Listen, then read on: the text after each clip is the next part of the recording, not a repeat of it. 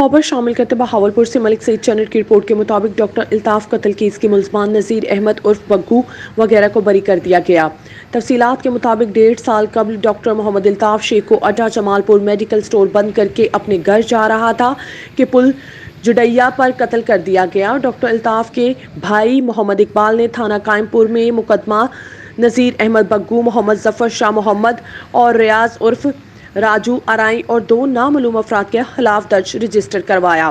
بعد میں نذیر احمد عرف بگو کے ایک بھانجے الطاف ارائیں اور بھانجے محمد اظہر ارائیں کو مقدمے میں ملوث کروایا گیا۔ مدعی محمد اقبال نے ملزمان کے خلاف استغاثہ فوجداری بھی دائر کیا۔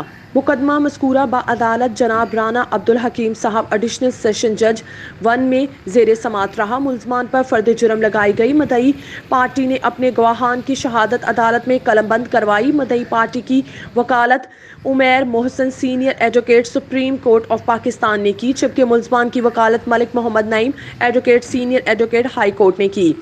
بحث آخر سننے کے بعد ایڈیشنل جج حاصل پور نے ملزمان نذیر احمد عرف بگو، محمد ظفر شاہ محمد اور ریاض عرف راجو الطاف ارائیں اور اظہر ارائیں کو مقدمے میں شک کا فائدہ دیتے ہوئے باعزت بری کر دیا ہے۔